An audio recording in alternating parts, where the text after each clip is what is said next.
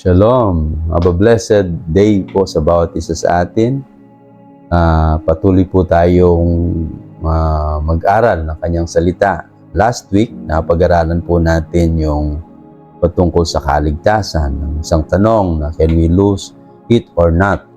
So, I believe ito pong kailangan bantayan po natin yung relationship natin sa Panginoon. After we receive the Lord Jesus Christ, ating pong alagaan ito. So, naghahanap po siya ng fruit of repentance, At nawawala po ito kapag we deliberately keep on sinning after we receive Jesus Christ, yung talagang, patuloy tinanggap na natin si Lord, and then we deliberately keep on doing whatever it's not acceptable to God. So, tandaan po natin, ang kaligtasan ay napaka-precious, napakahalaga po ito. It cost the blood of Jesus Christ para lang po tayo maligtas. So, if we value it, I believe we will receive the blessing of it. At sa araw na ito, meron po tayong pag-aaralan, napakahalagang topic po about the three aspects of salvation. Tatlong aspeto ng kaligtasan. So, because for 10 lessons, we will study about salvation. So, due to lack of knowledge of the Word of God, marami pong speculation, marami po tayong iniisip. Ano yung salvation? Paano natin ito maalagaan? At as we receive salvation, nandun po yung favor and blessing ni Lord. Of course, magbe-base po tayo sa Bible because the Bible is the final authority ng ating buhay. So, meron pong three aspects of salvation. The first one, I believe, palagi nating naririnig ito, yung tinatawag na justification. And the second one is the sanctification. At yung pangatlo po, yung glorification. So, dito po, didetalyahin po natin para meron tayong understanding about this. Pag sinabing yung justification according to the scriptures telling us na kung titignan natin sa Romans 3:10, makikita natin no one is righteous. Ayun din po sinasabi sa all have sinned and fall short of the glory of God, sabi ng Romans chapter 3 verse 23. So how can we receive the justification? Kasi justification, yun po yung imputation na telling us that we are justified or as if we didn't commit a sin. So dito na justified po tayo not for our own good works, hindi po sa ating mabubuting gawa, hindi sa kakayahan natin kasi hindi natin ito magagawa. So kapag tinanggap natin ng Panginoon, then may lalagay sa atin na we've been justified. Maja-justify po tayo sa ating mga kasalanan.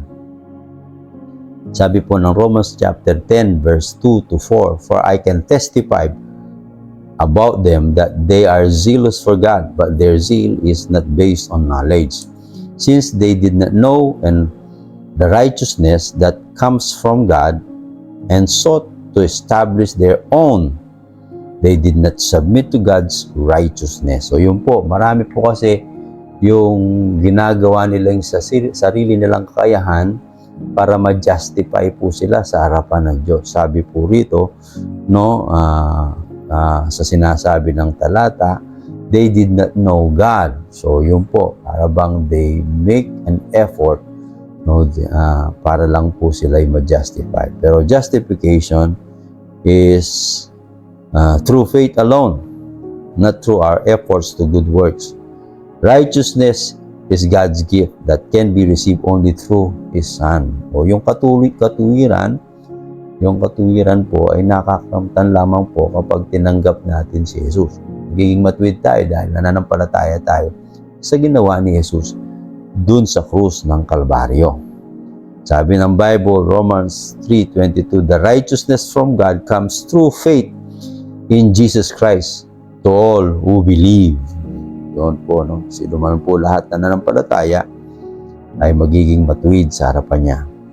Therefore, sabi niya, since we have been justified through faith, we have peace with God through our Lord Jesus Christ. No? So, ang demonyo po, pilit na sinasabi na tayo marumi, makasalanan, di tayo katanggap-tanggap sa ating mga gawa, no? Sa ating nakaraang nagawa. Pero because of what Jesus did on the cross, na-justify po tayo because yung righteousness natin ay na kay Kristo. So, hindi natin ito magagawa sa sarili nating gawa, no? Yun po yung katuwiran. No? Ito po yung first aspect ng salvation. We receive forgiveness and righteousness because we are one with Christ. Yun, ipag-isa po tayo. Sabi po ng Bible, dun po sa 2 Corinthians 5:21, no? Si Lord mismo ang nagbigay sa atin ng ating katuwiran. Amen po ba? So, sabi po ng Bible, if anyone is in Christ, is a new creation. All things have passed away, but behold, things becoming new. No? So, kapag tinanggap natin si Jesus Christ, automatic, no? Instantaneous po yun. Instantaneous means instantly, we will receive the forgiveness, we will be saved, we will receive eternal life, we will be justified and united with God. We are saved 100% through faith. Amen. Yun po yun. Na-justified po tayo. Instantly. Then another thing is yung pong pangalawang aspeto, yung sanctification.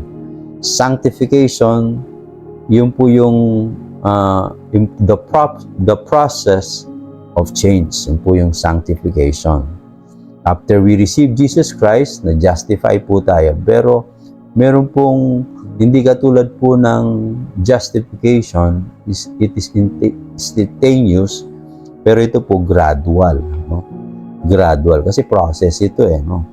Kasi hindi naman po tayo kagad na magiging banal sa harapan ng Diyos because of the background ng ating buhay dati. Tayo nagkakasala, tayo nabuhay sa kasalanan, hindi tayo sanay sa kabanalan. So ang sanctification is regalo ng Diyos, no? Then the moment we receive Jesus Christ, nagkaroon tayo ng personal relationship sa Jesus Christ, no? Nababago tayo. Nagiging banal po tayo. Amen? We indeed saved from sin, devil and hell, but we still need to be transformed from wrong deeds, thoughts, and motives. No? Though we are saved from the power of sin, we need to forsake the work of sin sa ating buhay. Yung pong sinful attitudes natin as a result of our former evil thoughts pattern in our lives. So, yun po. Yun po yung process. Kaya nga po, sabi ng Philippians chapter 2, verse 12, continue to work out your own salvation with fear and trembling. No? So, there's a need for us to grow and mature in faith. So, hindi po kaagad na mature na tayo. It means there's a process in which magpapasimula tayo, nagkaroon tayo ng new birth. So, meron po tayong faith na pag tinanggap natin, infant pa tayo, bago-bago pa tayo, but we will not remain child. We will grow and mature until ma-sanctify po tayo. Amen? So, yun po yung napakahalagang aspeto. Muna po, yung justification, yun po yung naging matuwid tayo sa harapan ng Diyos. Pangalawa po, yung sanctification, tayo po yung pinapaging banal. Tawag po doon. And the last one is glorification. This third aspect of salvation is the glorification of our corruptible bodies. So, hindi po tayo mananatiling maging corruptible. So, sabi ng pagdating ng ating Panginoon Kristo, tayo kukunin niya, no, at papalitan po yung lupa nating katawan to become a glorified bodies. Sabi po ng Philippians chapter 3, verse 20 to 21, but our citizenship is in heaven. We eagerly await our Savior from there, the Lord Jesus Christ, who by the power that enables Him to bring everything under His control, will transform our lowly bodies so that they will be like His glorious body. Kaya nga po glorification. So, mangyayari po yun sa second coming. No? Christ will take only those who belong to Him, whether they are already dead or still alive, o no, are living. So, kukunin po. Kaya meron pong tinatawag na rapture of the saints. Yung mga buhay, kukunin. Yung patay, mabubuhay muli para mag-meet po. No, kukunin po dun sa lugar ng ating Panginoon Jesucristo sa langit. Sabi ng 1 Thessalonians 4:18, "For the Lord Himself will come down from heaven with a loud command, with the voice of the archangels, and with the trumpet call of God, and the dead in Christ will rise first." Yun po.